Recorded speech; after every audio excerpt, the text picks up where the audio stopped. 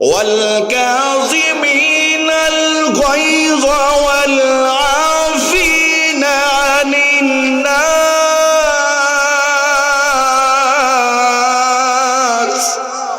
ওয়াল্লাহু ইউহিব্বুল মুহসিনিন।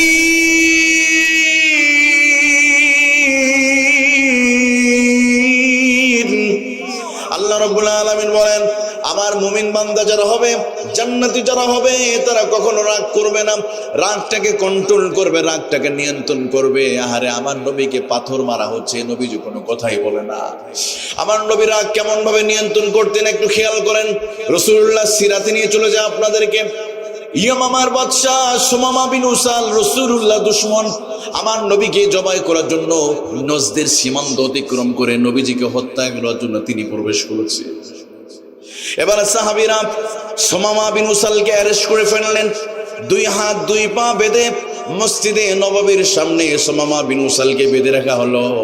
নবীজি বলল, ও আমার সাহাবীরা শোনো, সুমামা বিন উসালের সাথে তোমরা কখনো খারাপ আচরণ করবে না। সুবহানাল্লাহ। আমার নবীর রাগ কেমন কল্পনা করেন। শত্রুকে ধরেছে, শত্রুর হাতের কোনায় সামনে পড়ে আছে শত্রু, চাইলে কচু কাটা করতে পারবে, কিন্তু নবী কিছুই বলো, ও সাহাবীরা তোমরা সুমামা বিন উসালের সাথে খারাপ আচরণ করবে না। সাহাবীর নবীজি আপনি বলেন কি, আপনাকে হত্যা করার জন্য এসেছে আর আমরা কিছুই বলবো না? নবীজি বললেন, সাহাবীরা তোমরা জানো না, আমি যা জানি তোমরা তা বোঝো না। তবে ভালো ব্যবহার করবে। প্রথম দিন চলে গেল রাসূলুল্লাহ সাল্লাল্লাহু আলাইহি ওয়াসাল্লাম সুমামা বিন উসালের কাছে, তার কানে কানে বলে, সুমামা তুমি কেমন আচরণ আমার কাছে আশা করো, তুমি কেমন আচরণ আশা করো আমার কাছ থেকে। এক পর্যন্ত নবীজি তাকে দ্বীনের দাওয়াত দিচ্ছেন, মাঝে মাঝে একটু ভালো কথা বলছেন, একটু খিদমত করছেন। হঠাৎ একদিন নবীজি নিজে দুধ দহন করে রাসূলুল্লাহর দুশমন সুমামা বিন উসালের কাছে, প্রিয় নবীজি দুধ দহন করে এনে সুমামা বিন উসালকে দুধ পান করা দিচ্ছে। সুবহানাল্লাহ। কল্পনা করেন, আপনাকে একজন মানুষ মারতে আসছে, আপনাকে হত্যা করতে আসছে, তো সেই মানুষটা আপনার প্রতিবেশী লোক ধরলো, এরপর আপনি তাকে খেদমত করছেন, খাওয়াই দিচ্ছেন। এটা কি কল্পনা করা যায় এই পৃথিবীতে এখন? কিন্তু হ্যাঁ, আমার আপনার প্রিয় নবী এটা বাস্তবে পরিণত করেছেন 1400 বছর আগে। সুবহানাল্লাহ। সাহাবীরা অবাক হয়ে গেল। শুধু তাই নয়, 3 দিন সুমামা বিন উসালকে, নবীদের শত্রু, নবীদের দুশমন সুমামা বিন উসালকে 2 হাত 2 পা বেঁধে রাখা হলো মসজিদে নববীর সামনে। 3য় দিনের মাথায় রাসূলুল্লাহ বলল, আমার সাহাবী সুমামা বিন উসালকে তোমরা ছেড়ে দিবে, 2 হাত 2 পায়ের রশিগুলো তোমরা ছেড়ে দিবে। সাহাবীরা বলল, নবীজি আমরা কিভাবে তার ছেড়ে দেব, যে আপনাকে হত্যা করার জন্য এসেছে, আর আমরা যদি তাকে ছেড়ে দেই নবীজি এই সুমামা বিন উসাল আবারও আপনাকে জবাই করবে। নবীজি আমরা এটা মানতে পারি না। নবীজি বললেন, সাহাবীরা তোমরা হয়তো জানো না, আল্লাহ সুমামা বিন উসালের হৃদয়টাকে কোমল করে দিতে পারে। ও সাহাবী তোমরা বুঝো না, সুমামা বিন উসালের হৃদয়টা আল্লাহ তাআলা কোমল করে দিতে পারে, হয়তো পরিবর্তন হয়ে যেতে পারে। অতএব আমার শত্রু, আমার দুশমন সুমামা বিন উসালের 2 হাত 2 পায়ের রশিগুলো তোমরা ছেড়ে তারে মুক্তি দিয়ে দাও। সমস্ত সাহাবীরা সুমামা বিন উসালের 2 হাত 2 পায়ের রশিগুলো ছেড়ে দেওয়া হলো। সবাই তাকিয়ে আছে, দেখি সুমামা বিন উসাল কোন দিকে যায়, কিন্তু সুমামা বিন উসাল ইয়ামামার দিকে না গিয়া সামনে কবরস্থানে একটা খেজুরের বাগানের কাছে ডোবার কাছে পানিতে গোসল করলেন। পূত পবিত্র হয়ে নবীজি মুহাম্মদুর রাসূলুল্লাহ সাল্লাল্লাহু আলাইহি ওয়াসাল্লামের সামনে এসে হাজির হয়ে বলল, নবীজি আমি বুঝতে পারি নাই, আমার বড় ভুল হয়েছে, প্রিয় নবীজি আপনি আমারে মাফ করে দেন। আপনার মতো দয়ার মানুষকে আমি অপমান করেছি, আমি বুঝতে পারি না আপনাকে আমি হত্যা করার জন্য এসেছি, আর আপনি আমাকে কাছেই পেয়েও আপনি আমায় হত্যা করলেন না, প্রতিশোধ নিলেন না, আপনি আমারে মাফ করে দিয়েছেন। অতএব আপনার মতো ভালো মানুষ পৃথিবীতেই থাকতে পারে না। আমি আর দেরি করতে চাই না, নবীজি আপনি এই মুহূর্তে আপনার পবিত্র নূরের হাতে কালিমা পড়ে জনমের মতো মুসলমান হতে চায়। মা আরসালনাকা ইল্লা রাহমাতাল লিল আলামিন।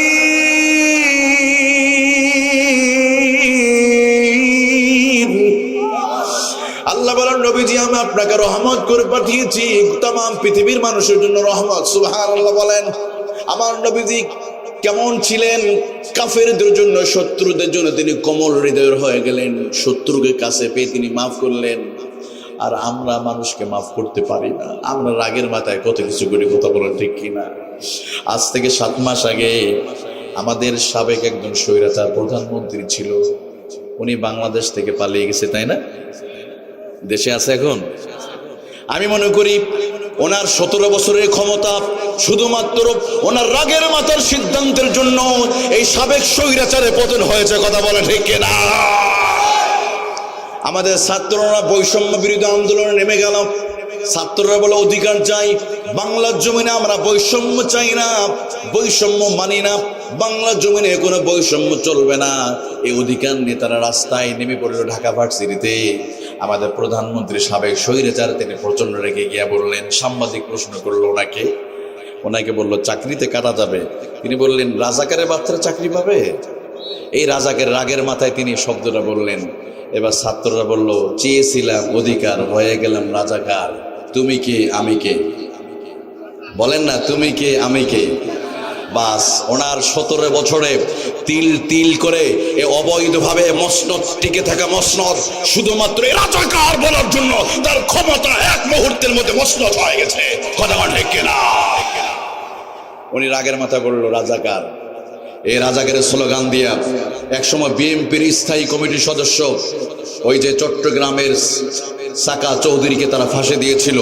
এই রাজাকারের স্লোগান দিয়ে বিশ্বনন্দিত মুফাসসির কোরআন আল্লামা সাঈদীকে 13 বছর 3 মাস কারারুদ্ধ জীবন যাপন করার পরে ওনার জীবনে পরন্ত বিকলে চিকিৎসার নাম দিয়ে নাটক করে তাকে শহীদ করা হয়েছে, কথা বলো ঠিক কিনা? ইসলামী আন্দোলনের ভাইদেরকে আল্লামা মুজাহিদ সহ অসংখ্য ইসলামী আন্দোলনের ব্যক্তিদেরকে তারা ফাঁসি দিয়েছে, অসংখ্য আলেমদেরকে রাজাকারের ট্যাগ দিয়া তাদের ঘর বাড়ি বুলডোজার দিয়ে ধ্বংস করে দিয়েছে। আর আল্লাহ রাজাকারের শব্দ দিয়ে তার পতন ডেকে দিয়েছে। তাহলে রাজাকার এটা ছিল গালি, এটা কি ছিল? কিন্তু ওই গালিতেই ওনার পতন হয়ে গেছে। ওই যে আগে বলছি রেগে গেলেন তো হেরে গেলেন, ওনার কিছুই হতো না, উনি আরো ভালো থাকতে পারতো। কারণ আমি তো মনে করি ওনারা কেউ পতন করাতে পারতো না। কিন্তু উনি যদি এই আলেম বিদ্বেষ মনোভাব যদি না করতো, যে কোনো মানুষকে কোরআনে কথা বললে রাজাকার, আমাদেরকেও রাজাকার ট্যাগ দেওয়া হয়েছে, আমাদেরকেও মাহফিল করে আমাদের জন্ম হলো, যাদের জন্ম 80-র পরে তারও রাজাকার, কথা বলবেন রাজাকার, কথা বললেই রাজাকার, কোরআনে হক কথা বলবেন, হ্যাঁ ওই মিজানুর রহমান আজহারিকেও রাজাকার বানানো হয়েছে, নাউজুবিল্লাহ বলেন না। ওনাকে তো দেশেই থাকতে দিল না, বললো আজহারি মাজারি থাকতে পারবে না।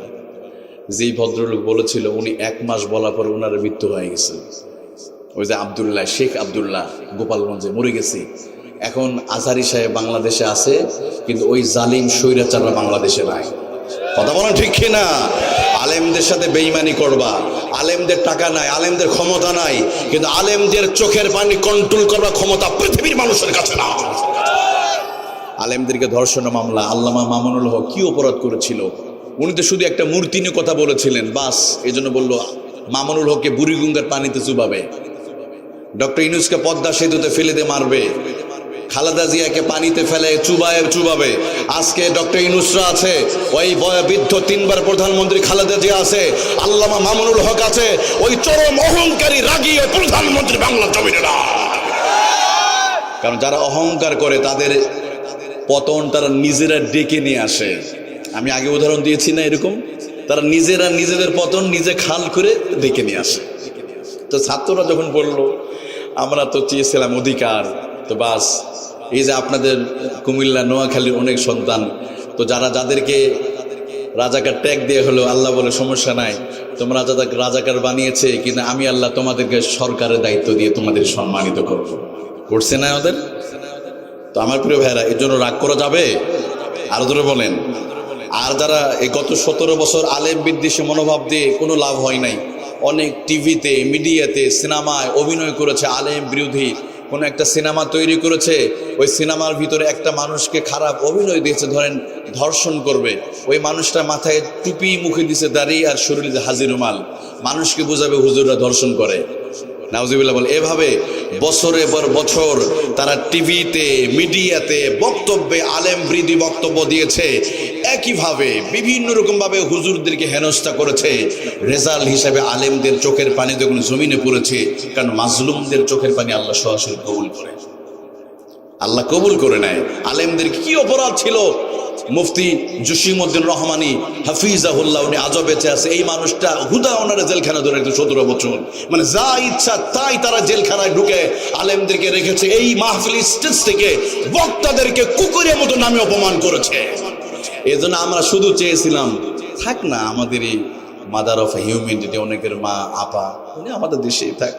আল্লাহ বলে বোকা, তোরা তো চাইতে পারিস না, শুধু পদত্যাগ চাইলে হবে না। আল্লাহ বলে তোমাদের উপরে যে জুলুম করেছে, শাপলা চত্বরে পাখির মতো গুলি করে মেরেছে, শুধু পদত্যাগ চাইলে হবে না, আমি আল্লাহ তাদেরকে দেশ ত্যাগ করেছি, শুধু পদত্যাগ না। তো এগুলো ইতিহাস, মানুষ যেন শিক্ষা নেয়। অদূর ভবিষ্যতে আগামীতে আবার নতুন করে স্বৈরাচার তৈরি হবে, এই স্বৈরাচারের দৃশ্য দেখে তারা যেন শিক্ষা নেয়। আলেমদের বিরুদ্ধে হাত দিবা, তোমাদের হাত বাংলার জমিনে মানুষ ভেঙে দিবে। যা করেন সমস্যা না, আমরা ক্ষমতা চাই না, আমরা চাই মানুষ বাধাহীন চিত্তে বাংলা জমিনে আল্লাহর বিধান পালন করবে, আল্লাহর হুকুম পালন করবে। কিন্তু বাংলা জমিনে থেকে ইসলামের বিরুদ্ধে, আমার নবীর বিরুদ্ধে কথা বলবে, আমরা তাদেরকে আশ্রয়ে পৃথিবীতে থাকতে দিব না। আলেম বিরোধী অথবা নবীকে গালি দিবে, এই নাস্তিকদের জায়গা আর বাংলাদেশ চলবে না। বছরের পর বছর প্রথম আলো নাটক সাজিয়েছে, জঙ্গি নাটক তৈরি করে আলেমদেরকে এই যে রাজাকার ট্যাগ দিয়ে অনেক আলেমদেরকে জেলখানায়, আর এগুলো মানুষের শুনবে না। উচিত ছিল প্রথম দিনে প্রথম আলো ডেইলি স্টারে অফিসটাকে টয়লেট বানানো, কিন্তু আমরা বিপ্লবী ছাত্র এটা ভুল করছে। যত জঙ্গি নাটক, যত রাজাকার নাটক সব প্রথম আলোর অফিস থেকে হয়েছে। কোথা থেকে হয়েছে? প্রথম আলো অফিস থেকে। এই জন্য এই পত্রিকা ঘৃণা করবেন আপনারা। এটা কি করবেন? চরমভাবে 2013 সালে আমার নবীদের বিরুদ্ধে তারা এই পত্রিকা লিখেছিল। ডক্টর জাকির নায়েক উনি ইসলাম প্রচার করে ভারতে, হলি আর্টিজানের ঘটনাকে কেন্দ্র করে প্রথম আলো এমন লেখা লিখলো যে ডক্টর জাকির নায়েককে ভারত থেকে তাড়ানো হয়েছে এই প্রথম আলোর কারণে। এই জন্য এই পত্রিকাটাকে আমাদের চরমভাবে ঘৃণা করা উচিত। তো আমি বলছিলাম যে রেগে গেলেন তো হেরে গেলেন, মনে আছে আপনাদের? ওই যে 2006 সালে বিশ্বকাপ হারিয়েছে জিদান, এরকম কত বিশ্বকাপ আমরা আমাদের এই 30 বছরের জীবনে আমরা হারিয়ে ফেলেছি, এর কোনো হিসাব নাই। ফ্যামিলিতে কোনো রাগের মাথায় কোনো সিদ্ধান্ত নিতে গিয়েছেন, সব মেসাকার করে ফেলেছেন। না প্রিয় ভাইরা, আমরা চলতে গিয়ে কখনো রাগ করা যাবে? এবার আসলে আপনার আরেকটা ছোট্ট একটা ঘটনা শোনায়। একবার সিদ্দিক আকবর তিনি বসে আছে, এক বেদুইন এসে নবীজিকে গালি দিচ্ছে। না আবু বকরকে বলছে, আবু বকর তুমি খারাপ, তোমার মা খারাপ, তোমার বাবা খারাপ। আবু বকর কোনো কথা বলে না, নবীজি পাশে মুস্কি হাসি দেয়, চুপ করে আছে। ইহুদি বারবার গালি দেয়, আবু বকর তুমি খারাপ, তোমার মা খারাপ, তোমার বাবা খারাপ। দেখেন রাগ কিভাবে কন্ট্রোল করতে হয়। সিদ্দিক আকবর কোনো কথা বলে না। একবার, দুইবার, তৃতীয়বার মাথায় আবু বকরকে যখন গালি দেওয়া হলো, আবু বকর তুমি খারাপ, তোমার 14 গোষ্ঠী খারাপ।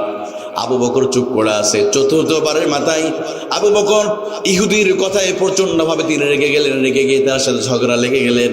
এবার নবীজির চেহারাটা মলিন হয়ে গেল, বিশ্বনবী জায়গা ত্যাগ করে তিনি অন্যত্র চলে গেলেন।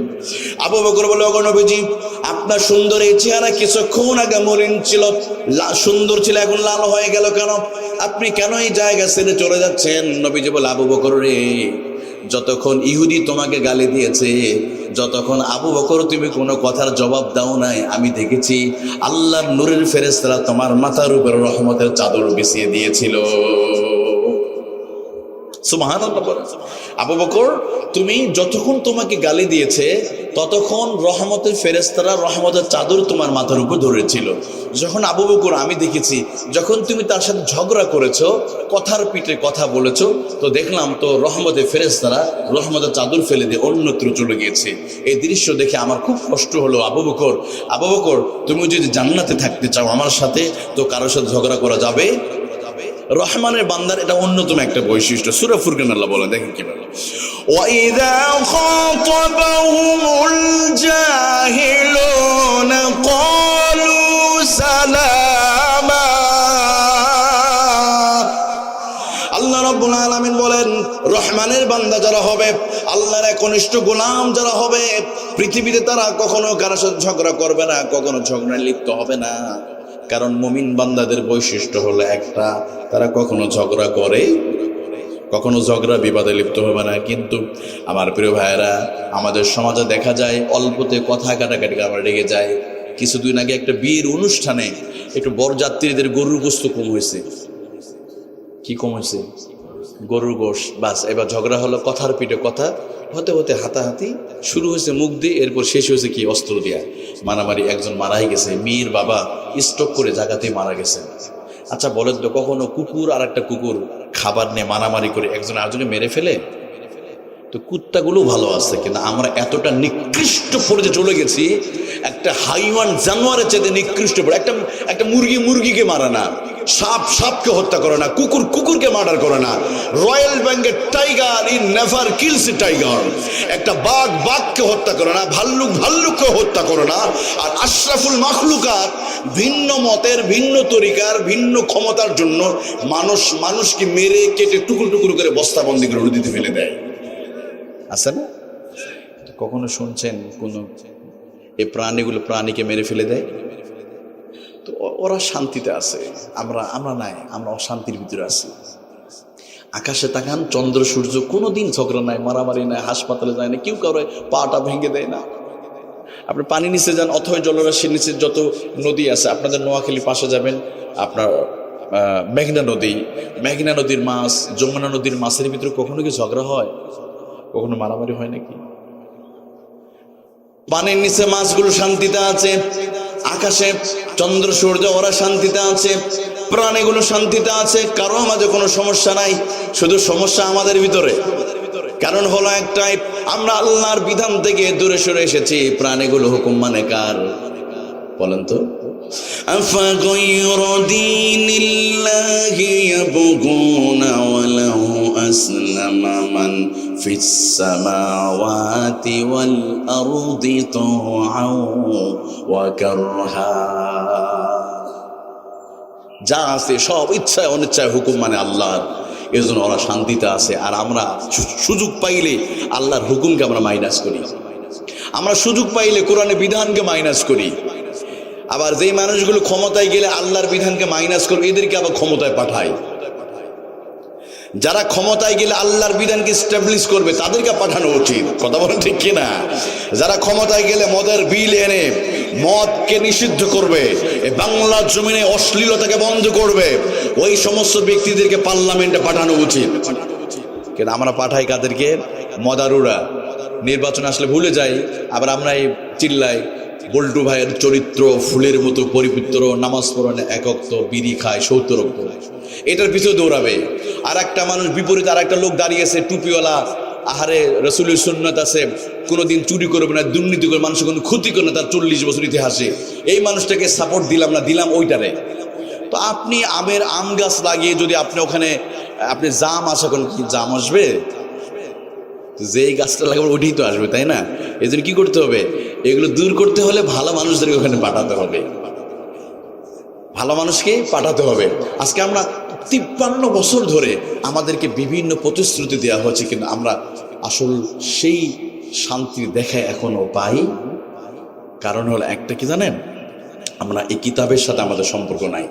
হ্যাঁ আছে, কেউ মারা গেলে তেলাওয়াত করি, নামাজে পড়ি, হজে কোরআন বিধান মানি, নামাজে মানি, বিবাহ শাদীতে কোরআনের বিধান মানি, কিন্তু রাষ্ট্র চালার ক্ষেত্রে, সাংস্কৃতিক ক্ষেত্রে, অর্থনৈতিক ক্ষেত্রে কোরআনকে মানি। রাষ্ট্রের ক্ষেত্রে অনেকে কোরআনকে আলাদা করে, শুধু ধর্মের বিষয়ে কোরআন মানবো, হজের সময় মানবো, ওমরার সময়, কিন্তু রাষ্ট্রের চলার দরকার নাই, এটা তো কোরআনের এই বিধান নাই। আছে না? আচ্ছা বলুন তো, টয়লেটে যাওয়ার নীতিমালা আছে না ইসলামে? একটা মানুষ যদি বাথরুমে যায়, কোন পাতে প্রবেশ করতে হয়?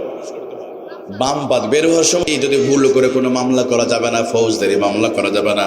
আর হযরত ওমর, অর্ধজাহানের প্রেসিডেন্ট, অর্ধজাহানের, পৃথিবীর অর্ধজাহানের বাদশাহ, উনি বক্তব্য দিচ্ছেন, এমন সময় বলল, লা সামি'নাকা ওয়া লা তু'আব।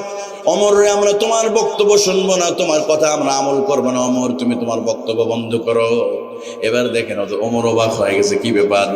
একজন ব্যক্তি আমার বক্তব্য বন্ধ করতে বলে, ওমর কোনো কথা বললেন না, তিনি চুপ করে আছে। এবার তার সন্তান দাঁড়িয়ে গেছে, ও চাচা যান, আমিও কিন্তু এই দেশের একজন নাগরিক। আমার বাবা ইয়েমেনের বাদশাহ মুসলমানদের প্রত্যেককে একটা করে চাদর দিয়েছিল। আমার বাবা 2টা পরে আছে, এইটা সমস্যা। আমার ভাগের যে চাদরটা ছিল সেটা আমি আমার বাবাকে দান করে দিছি। সুবহানাল্লাহ। তা আমার বাবা এ রাষ্ট্রের বাইতুল মাল থেকে তিনি একটা চুল পরিমাণ কোনো দুর্নীতি করে নাই। সুবহানাল্লাহ। তাহলে ওই সময়ের সমাজ ব্যবস্থার ভিতরে রাষ্ট্রপতিকে প্রশ্ন করা যায়, আর আমাদের বাংলাদেশের সংবিধানে রাষ্ট্রপতিকে কোনো প্রশ্ন করা যায় না, কারণ এটা হলো মানুষের তৈরি, আর আল্লাহর তৈরি সংবিধানে কোনো সুযোগ আছে? এই জন্য আল্লাহ বলে, বান্দা তোমাদের দুর্নীতি আর ধর্ষণ বন্ধ করার জন্য 53 বছর লাগবে না, 53 মাস লাগবে না, 53 মিনিটের ভিতরে বাংলাদেশ থেকে দুর্নীতি বন্ধ হয়ে যাবে, যদি আমরা কোরআনুল কারীমকে যদি আমরা পার্লামেন্টে নিতে পারি। কথা কোন ঠিক কিনা? আল্লাহ রাব্বুল আলামিনের জন্য কোরআনে বলেন, ফামান তাবিআ হুদায়া ফালা খাউফুন আলাইহিম ওয়ালা হুম ইয়াহজানুন।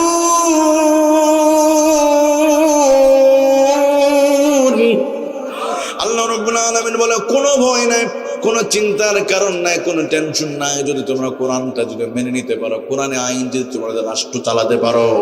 আল্লাহ বলে, কোনো চুরির ভয় থাকবে না, ধর্ষণের ভয় থাকবে না, দোকান খোলা থাকবে, কেউ কোনো চুরি করার সাহস পাবে? কোটি টাকা দামের দোকান খোলা থাকবে, কেউ চুরি করবে না। সৌদি আরবে যান, ইরান, বাহরাইনে যান, মুসলিম দেশগুলোতে কোটি টাকা দামের দোকান খোলা থাকে, কেউ চুরি করো না। আর আমার সোনার বাংলাদেশে মসজিদের ভিতরে 10 টাকা দামের পঞ্চের জুতাও থাকে, ওখানে স্বর্ণের জিনিস কেউ চুরিও করে না। আর এখানে যারা এই প্রবাসী যে ভাইরা আছে সৌদি থাকছে, জিজ্ঞেস করেন না আপনি, ওনারা বলে, আমার এবার হজের সফরে, আমার 24 হজের সফরেই আমার 10 লক্ষ মানুষের ভিতরে মোবাইলটা হারিয়ে যায়। আবু জাহেলের বাড়ির কাছেই ফোনটা হারিয়ে যায়, 20 থেকে 25 মিনিটের ভিতরে ফোনটা পেয়ে গেছে। অফিসে যাই নক করলাম, বলার সাথে সাথে আরেকজন ব্যক্তি ফোন কল করি, কিন্তু ভাষা বোঝা যায় না, ইংলিশও না, আরবি নাও, হয়তো আজারবাইজান অন্য দেশে হতে পারে, এক পর্যন্ত রেখে দিয়েছে। 10-15-20 মিনিটের ভিতরে 10 লক্ষ মানুষের ভিতরে ফোন পাওয়া যায়। আর আমাদের দেশে দূরের কথা, ঘরে ঘুমায় থাকবেন, ঘুমতে উঠে দেখলে তো আপনার নাই হয়ে গেছে, আপনি নিজেই নাই হয়ে গেছেন, নাই। তো এই জন্য প্রিয় ভাইরা, কি করতে হবে আমাদেরকে? কোরআন জায়গা মতো নিলে শান্তি আসবে। কথা বলুন ঠিক কিনা? তো রাগ কন্ট্রোল করতে হবে। মুমিনের অন্যতম বৈশিষ্ট্য, রেগে গেলে রাগ কন্ট্রোল করে। এবার 3 নম্বর আসেন, নবীজি বলেন মুমিনদের অন্যতম আরেকটি বৈশিষ্ট্য হলো তারা মানুষকে মাফ করে দেয়। সুবহানাল্লাহ। আজানটা শেষ হয়ে যাক, এরপর আমি এটা বলে শেষ করে দেবো ইনশাল্লাহ। আমরা বসে আছে সবাই। আচ্ছা, পৃথিবীতে এমন কেউ আছে যার কোনো পাপ নাই? একমাত্র নবী রাসূলুল্লাহ ছাড়া পৃথিবীতে এমন কেউ আছে যার কোনো গুনাহ নাই? কেউ বলতে পারবে? আর এই যুগ তো গুনাহের যুগ, এটা আপনি গুনাহ করতে না চাইলেও গুনাহ হবে। আপনি মোবাইল চালাইতেছেন, গুনাহ করবেন না, হঠাৎ করে একটা অ্যাড চলে আসলো, অটোমেটিকলি হয়ে যাবে। কেন নবী তো বলছে না, আলাল জাম, যে কিয়ামতের আগে এমন একটা সময় আসবে যখন ঈমান রাখা সম্ভব হবে, কিন্তু আগুনের আঙ্গার রাখা সম্ভব হবে, কিন্তু ঈমান রাখা কঠিন হয়ে যাবে। সকালে ঘুম থেকে উঠে মোবাইলটা হাতে একটু দেখি না, একটু ফেসবুকে কি খবর হলো, বাংলাদেশে কখন কি হয়, কে কোন দাবি নিয়ে রাস্তায় বেরোচ্ছে, দেখি না, একটু দাবি দাওয়া দেখি। হঠাৎ করে একটা ন্যাংটা অ্যাড চলে আসলো, আপনি গুনাহ করতে চাচ্ছেন না, কিন্তু চলে আসতেছে। আপনার ছেলে বিদেশে আছে, একটু হোয়াটসঅ্যাপে কথা বলে, ইমুতে কথা বলবেন, চলে আসলে ইমুতে একটা অ্যাড। তা আমার তো মনে হয় নবীজি এই কথাগুলো 1400 বছর আগে এগুলো সিগন্যাল দিয়ে দিয়েছে যে এমন সময় আসবে আপনি আগুন রাখতে পারবেন, বাট ঈমান রাখতে পারবেন না। তো প্রিয় ভাইরা, এই জন্য আমরা এমন কেউ নাই যে আমার জীবনে পাপ নাই, সবার। তবে হ্যাঁ, পাপী বান্দা তখন আর পাপী থাকে না যখন তওবা করে। সুবহানাল্লাহ। আপনি যত বড় গুনাহগার হন না কেন, যখন বলো আল্লাহ আমি তো বুঝি না, আমি তো ভুল করেছি, আল্লাহ তুমি মাফ করে দাও, আল্লাহ বলে বান্দা তোমার বলতে দেরি হবে, তোমার নামটা গুনাহের খাতা থেকে ডিলিট করে দিতে আমার দেরি হবে না। সুবহানাল্লাহ। অর্থাৎ গুনাহ করেছেন তো কি, আপনি সকাল 10টায় পাপ করছেন, 10টা 20 মিনিটে বললেন আল্লাহ আমি তো 10টা 10-এ আমি গুনাহ করছিলাম, 10টা 20-এ বলছেন আল্লাহ আমি আর পাপ করবো না, আল্লাহ বলে এই 10 মিনিটের ভিতরে আল্লাহ তোর গুনাহ সব গুনাহ মাফ করে দেবে। সুবহানাল্লাহ। তাহলে প্রিয় ভাইরা, আমরা সবচেয়ে গুনাহগার পৃথিবীতে। আমরা যারা আছি, আমাদের গুনাহগুলো যদি আল্লাহ প্রকাশ করে দিত, সন্তান তার বাবার সামনে যেত না, একটা ছেলে তার বাবার সামনে যেত না, মেয়ে তার বাবার সামনে যেত না, তার মায়ের সামনে যেত না। আমাদের পাপগুলো যদি সবগুলো দেখানো হতো, আপনার ছেলেকে পাঠিয়েছেন স্কুলে যাওয়ার জন্য, সে কিন্তু স্কুলে না গিয়া তার বান্ধবীদেরকে নিয়ে পার্কে জিয়ারত করতে গেছে। ওই দৃশ্যটা সবাই যদি দেখে তাহলে বাবা ওই ছেলেকে রাখবে? ও তোমাকে প্রাইভেটে পাঠায় আর তুমি যাই পার্কে জিয়ারত করতে যাও না? কি করবে ওরে? মেয়েকে পাঠিয়েছে প্রাইভেট পড়ার জন্য, কিন্তু ওনার মেয়ে খুব নিরাপদে আরেকজনের হুন্ডাতে চলে গেছে অমুক পার্কে জিয়ারতে আছে। কোথায় জিয়ারতে আছে? মসজিদে জিয়ারতে যায় না, মা বাবার কবরে জিয়ারতে যায় না, যায় কোথায়? তো এইদিকে তো নাই, এগুলো নাই। এদিকে আছে যুবকরা আবার এগুলোই পছন্দ করে। এখন যুবকরা তো পাগল, কথায় আছে না ওই যে কিছুদিন আগে, এখন সবাই খালি চাচার কাছে যায়, চাচা আমার হেনা কোথায়, তাই না? কিন্তু কোনোদিন চাচা তোমার টুপি কোথায়, চাচা তোমার দাড়ি কোথায়, চাচা এইগুলো বলে না। কি বলে? হেনার খোঁজ। আরে বাবা, তোমার হেনা গেলে হেনা আসবে, কিন্তু তোমার মা গেলে বাবা গেলে কখনো কি জিজ্ঞেস, মা তুমি কোথায়, তুমি খেয়েছো দুপুরবেলা? কিছুদিন আগে বললো হ্যাঁ বাবু তুমি খেয়েছো। আরে বাবুর খোঁজ না, তুমি মায়ের খোঁজ নাও, তোমার বাবার খোঁজ। তোমার বাবা খেয়েছে কিনা, তুমি বাবা তুমি খেয়েছো কিনা, মা তুমি খেয়েছো না করে আরেকজনের খোঁজ নাই, আছে না? তো যুবক ভাইয়ারা, তাহলে আল্লাহ যদি আমাদের পাপগুলো আমাদের কপালে, ধরেন এরকম একটা ডিসপ্লে দিলে, এরকম এক উদাহরণ দিচ্ছে, এরকম সবার আমার কপালে আছে, আমার এই কপালে যদি আমার ভিডিওগুলো এভাবে দেখাচ্ছে, একটু কল্পনা করেন আমার পাপগুলো যদি এভাবে দেখায়, আপনারা আমার ওয়াজ শুনবেন? একটা বলে হুজুর এই অপরাধ করছে, দূর কিসের ওয়াজ, সব ভেঙে দূর মারবে। আর আপনার কোনো পাপ যদি আপনার স্ত্রী দেখে, স্বামী হয়, আপনি অমুক জায়গায় চলে গেছেন, অমুক পার্কে গিয়ে আপনি একজনের বাদাম খাচ্ছেন আর একটা মেয়েকে, আর আপনার বিবি যদি এই দৃশ্য মোবাইলে দেখে, আপনাকে মানে অনেক আদর করবে, তাই না? কল্পনা করতে, আর আল্লাহ কত বড় রহমান, তিনি গফুর। আল্লাহ আমাদের পাপগুলো গোপন রেখে আল্লাহ কত বড় রহমান করেছে, আমাদের কত বড় দয়ার করেছে। এই দুনিয়াতে কেউ কারো চেহারা দেখাতে পারতো না, আমরা চেহারা কারো সামনে যেতে পারতাম না। সন্তান বাবার কাছে পালিয়ে যেত, বাবা সন্তানের কাছে পালিয়ে যেত, স্ত্রী স্বামীর কাছে পালিয়ে যেত। আহারে, স্বামী আছে আমেরিকায়, বিবি আছে নোয়াখালীতে, চলে গেছে আর একজন হাত ধরে অমুক পার্কে গেছে। স্বামী ওই আমেরিকা থেকে যদি এভাবে ভিডিও দেখে, স্ত্রীর কি খবর আছে না? তাহলে দুনিয়াতে যদি ফাঁস হয়ে যায়, কেউ কারো দেখতে পায় না, কিন্তু আল্লাহ এর উপর আমাদের অপরাধগুলো গোপন রেখে দেয়। কারণ হলো একটাই, একদিন তওবা করলে আল্লাহ রাব্বুল আলামিন আমাদের এই গুনাহগুলো মাফ করে দেবে। সুবহানাল্লাহ বলেন। তাহলে আল্লাহ মানুষকে মাফ করে দিতে ভালোবাসে, আর ওই মানুষটাই কিনা মানুষকে ক্ষমা করে দিতে চায় না। কেউ ভুল করলে, আপনার দোকানদার যদি ভুল করে, তোর চাকরি শেষ, 2 দিন অফিসে, 2 দিন শনিবারে আসতে পারে নাই, বলে তুমি কেন আসো নাই? স্যার আমার বিবির সাথে সমস্যা হয়েছে। রবিবারে যদি না আসে, রাস্তায় জ্যাম ছিল, লাকসামে প্রচন্ড জ্যাম, আসতে পারি নাই। 3য় দিনের মাথায় কোনো অজুহাত শুনবে? তোমার চাকরির দরকার না, তুমি চলে যাও। কিন্তু আপনি শনিবারে নামাজ পড়লেন না, রবিবারে পড়লেন না, মঙ্গলবারে পড়লেন না, বৃহস্পতিবার শুক্রবার মসজিদে গেছেন, আল্লাহ কি কখনো মসজিদে বের করে দিয়েছে আপনাকে? আল্লাহ বলেন আল্লাহু আকবার। আল্লাহ কত বড় রহমানুর রহিম, এই জন্য আল্লাহ ক্ষমা করে দিয়ে পছন্দ করে। অতএব আমার প্রিয় ভাইয়েরা, মানুষকে যদি ক্ষমা করে দেয়, এই জন্য মানুষটা জান্নাতি হয়ে যাবে। সুবহানাল্লাহ বলেন। প্রতিশোধ পরায়ণ হয়েন না। যারা চরমভাবে প্রতিশোধ নেয়, যারা রাগী হয়, এই মানুষগুলো 2টা রোগ বেশি হবে। একটা হলো স্ট্রোক করে মারা যাবে, এদের প্রেশার বেড়ে যাবে, ডায়াবেটিস বেশি হবে। যে যত রাগী, সে তত তাদের হার্ট অ্যাটাক করবে। যে যত রাগী, তার সবচেয়ে বেশি হার্ট অ্যাটাক করে মৃত্যুর সম্ভাবনা। আপনি ক্ষমা করে দিবেন, প্রতিশোধ পরায়ণ হবেন না। নবীজি ক্ষমা করে দিয়েছে, সুবহানাল্লাহ বলেন না। ওই যে মসজিদে নববীর সামনে প্রস্রাব করতেছে একজন বেদুইন, ওমর রেগে গেছে, রাসূলুল্লাহর সামনে প্রস্রাব করে, ওরে মেরে ফেলো। নবীজি বলে না, তুমি কিছু বলো না। এবার বেদুইন প্রস্রাব শেষ করেছে, রাসূলুল্লাহ তার কাছে কি বলে, তুমি জানো আমরা এখানে আল্লাহকে পাওয়ার জন্য আমরা সেজদা দিই, আর তুমি এখানে প্রস্রাব করে অপবিত্র করে দিয়েছো। বেদুইন বলে, ওগো নবীজি, আমি তো বুঝতে পারি না এখানে যে আপনি ইবাদত করেন, আপনারা আমাকে বললেন না, নিষেধ করলেন না কেন? নবীজি বলে, না, কেউ প্রস্রাব করলে নিষেধ করতে নাই, কারণ প্রস্রাব আটকিয়ে রাখলে কিডনি নষ্ট হয়ে যাবে। সুবহানাল্লাহ বলেন। কারণ নামাজের সময় প্রস্রাব আসলে নামাজ আগে না প্রস্রাব আগে? হ্যাঁ, প্রস্রাব আগে। ঠিক তেমনি আমার নবী তো বিজ্ঞানী ছিলেন। বেদুইন বলছে, আপনাদের মসজিদে প্রস্রাব করলাম, আপনি মাফ করলেন, কিছুই বললেন না, আর আমাদের গির্জায় কে প্রস্রাব করলে আমি তো আস্ত মেরে ফেললাম, অথচ আপনি আমারে মাফ করলেন। এত সুন্দর ব্যবহার আপনার, আমি আর দেরি করতে চাই না, আপনি আমাদের মুসলমান বানায় না। এটা ছিল রাসূলুল্লাহর আদর্শ, রাসূলুল্লাহ ব্যবহার। আমরা অল্পতে রেগে আগুন হয়ে যায়, আমরা ক্ষমা করতে পারি না, প্রতিশোধ পরায়ণ। ভাই, আপনি যদি কাউকে মাফ করে দেন, আপনি কোনো একটা বিপদে মানুষ আপনাকে মাফ করে দেবে। আপনার একটা উদাহরণ শোনা, পৃথিবীর নেলসন ম্যান্ডেলা নাম শুনছেন অবশ্যই। উনি সাউথ আফ্রিকান একজন অভিসম্বাদিত নেতা বলা হয় নেলসন ম্যান্ডেলা। উনি 27 বছর 1962 থেকে নিয়ে উনি দীর্ঘ সময় জেলখানার মধ্যে ছিলেন। 27 বছর সূর্যের আলোতে বঞ্চিত হয়েছে নেলসন ম্যান্ডেলা। ওনার জীবনে ওনাকে যখন জেলখানা দেওয়া হলো, তো জেলখানার এক কারারক্ষী যার হাতে জেলার বলে, জেলার, এই জেলার একবার উনি প্রচণ্ড তৃষ্ণায় হলেন, তৃষ্ণায় পানি চাইলেন, পানি, আমার একটু পানি দাও না, পানি দাও। প্রশ্ন তৃষ্ণায় তিনি হাহাকার করতেছে। আর নেলসন ম্যান্ডেলা ছিল কালো বর্ণের, নিগ্রু, আর ও ছিল শ্বেতাঙ্গ, সাদা চামড়া মানুষ। ওই পানি দেয়নি, পানি না দিয়ে ম্যান্ডেলার মুখে প্রস্রাব করে দিছে।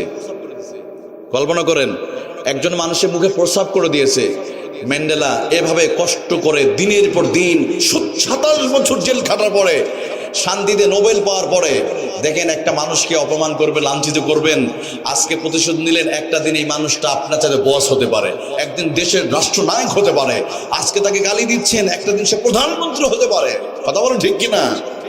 দেখেন এবার নেলসন ম্যান্ডেলা যেদিন জেলখানাতে মুক্তি পেলেন, রাষ্ট্রপতি হয়ে গেল, নোবেল প্রাইজ পাওয়ার পরে এবার সাউথ আফ্রিকার বিভিন্ন এলাকা তিনি ভ্রমণ করতে গেলেন। হঠাৎ একটা হোটেলে তিনি খাবার খেতে গেলেন, দুপুরের খাবার, সাধারণ একটা রেস্টুরেন্টে খাবার খেতে গেলেন।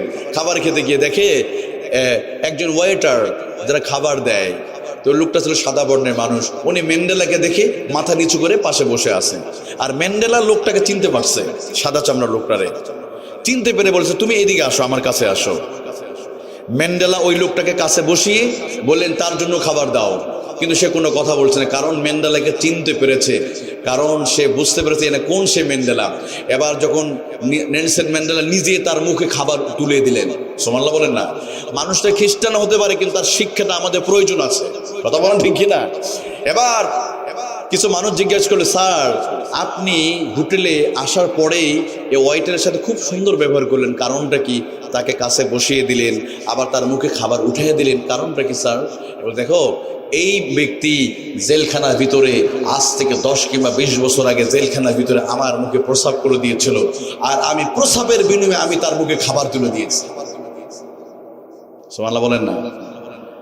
এই জন্য আমার প্রিয় ভাইয়ারা, যেই মানুষটাকে অপমান করলেন, আজকে সমাজে আপনার গ্রামে হয়তো গরিব মানুষ রিক্সা চালায়, মাঠে কাজ করে, অটো চালায়, ভ্যান চালায়, আপনি মানুষটাকে ইনসাল্ট করবেন না। এই মানুষটা একদিন প্রধানমন্ত্রী হতে পারে, এই মানুষটা একদিন রাষ্ট্রনায়ক হতে পারে, একদিন মেয়র হতে পারে। এমন ইতিহাস বাংলার ইতিহাসে আছে। আমি বেশি দূর যাব না, আমি বেশ উদাহরণ আপনাদের সামনে দিতে পারবো। আমি সময় যাচ্ছে, যেহেতু সময় কম। ইরানের একজন মন্ত্রী আছে, একসময় পান বিক্রি করতো, ওই পান বিক্রি করতে করতে একসময় মন্ত্রী হয়ে গেছে।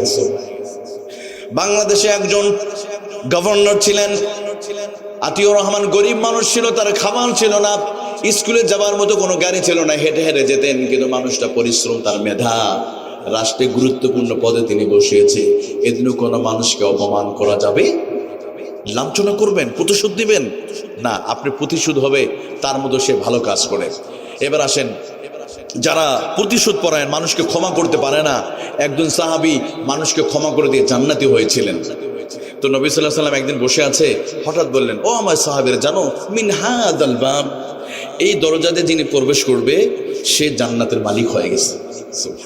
তো আনাস ইবনে মালিক হাদিসটা তিনি বর্ণনা করেছেন, মুসলিম শরীফের হাদিস। তিনি বলে, আমি তাকিয়ে আছি, দেখি কে সেই ব্যক্তি, নবীজি যাকে জান্নাতি বলে। সবাই তাকিয়ে আছে দরজার দিকে, কারণ জান্নাতি মানুষ প্রবেশ করবে, তাকিয়ে আছে একদিকে। কেউ ভেবেছে মানে আবু বকর হতে পারে, ওমর হতে পারে, ওসমান, আলী হতে পারে, কারণ তারা তো জান্নাতি সাহাবী। কিন্তু দেখা গেল সবার ধারণা ভুল প্রমাণ করে একজন গরিব সাহাবী ওযু করেছে, ওযুর পানি টপ টপ করে তখনও জমিনে পড়তেছে, দেখে একজন সাধারণ গরিব সাহাবী প্রবেশ করতেছে। সুবহানাল্লাহ।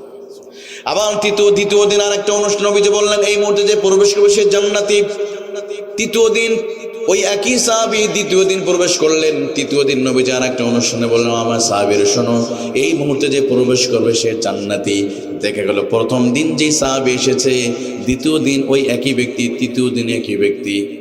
এবার সাহাবীদের মাঝে প্রশ্ন হলো, কি আমল করে, যেই আমলের কারণ নবীজি 3 দিন 3 জায়গায় তাকে জান্নাতি বলেছে। এটা বের করতে হবে, কেন নবীজি তাকে 3 দিন জান্নাতি বলেছে। আব্দুল্লাহ ইবনে আমর ইবনে আস একজন চালাক সাহাবী, তিনি বললেন কি আমল করে, তার কাছে গিয়ে বলল, ও রাসূলুল্লাহ সাহাবী, তুমি কি এত বড়, যে বলেন আগে। সাহাবী, শোনো, আমি তোমার বাড়িতে মেহমান হয়ে একটা দিন থাকতে চাই, তুমি কি আমাকে একটু আশ্রয় দিবে? বললো, সাহাবী বলল, কোনো সমস্যা নেই, চলো আমার সাথে, আমার বাড়িতে মেহমান, আমি তো ধন্য আমার বাড়িতে মেহমান হলে। এবার চলে গেছে। উদ্দেশ্য কি? সে কি আমল করে যার কারণে নবীজি তাকে জান্নাতি বলেছে এটা দেখা। কিন্তু গিয়ে দেখে এশার নামাজ পড়ছে, ঘুমিয়ে পড়ছে, ফজরে আগে উঠে হয়তো কিছু রাকাত নামাজ পড়ে ফজরের নামাজ পড়ছে। এভাবে একদিন 2 দিন কেটে গেল, এক্সট্রা কোনো আমল করলেন না। এবার আমর ইবনে আস বলে, ও রাসূলুল্লাহ সাহাবী, আসলে আমার মা বাবার সাথে কোনো মনোমালিন্য হয় নাই, আমি এসেছি, নবীজি তোমাকে 3 দিন তোমাকে জান্নাতি বলেছিল, তুমি কি এত বড় আমল করো যে তুমি জান্নাতি, অথচ 3 দিন দেখলাম তুমি কোনো আমল আমার চোখে পড়লো না, কি আমল করো? এবার ওই সাহাবী বলে, ও রাসূলুল্লাহ সাহাবী শোনো, আমি এমন কোন আমল করি না, আল্লাহর ফরজ বিধানগুলো আমল করার পরে যে আমলগুলো আছে যথানিয়ম আল্লাহর হুকুমগুলো আমি পালন করি।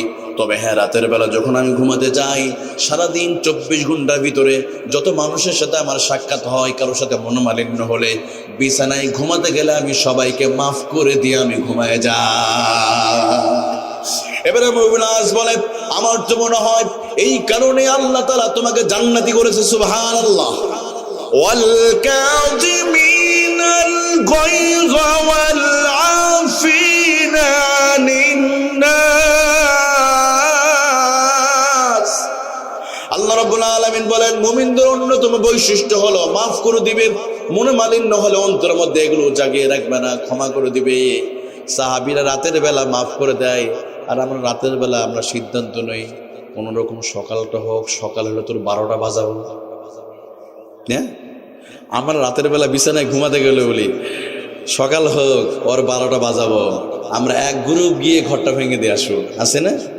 অজব ভাইরা, না আমার বাবাজির এটা করা যাবে না, মাফ করে দেবেন। তো আমরা এই আয়াত আমরা যেটা জানলাম 134 নম্বর আয়াতে কারিমা, এই আয়াতের ভিতরে আল্লাহ বলেন, তোমরা আমার জন্য যারা ব্যয় করে তারা আল্লাহর প্রিয় বান্দা, রাগ উঠলে রাগ যারা কন্ট্রোল করে তারা আল্লাহর প্রিয় বান্দা, রাগ যারা কন্ট্রোল করে তারা পৃথিবীর ইতিহাসে সমাদৃত হয়, মানুষকে যারা মাফ করে প্রতিশোধ নেয় না, তারা একটা দিন আল্লাহ তাআলা তাদের সেই সবর এখতিয়ার করার কারণে সাধারণ ব্যক্তিতে আল্লাহ অসাধারণ ব্যক্তিতে পরিণত করবে। যদি আমরা এই গুণগুলো অর্জন করতে পারি, আল্লাহ আমাদের সবাইকে কবুল করুক। আমি আপনাদের সুস্বাস্থ্য কামনা করে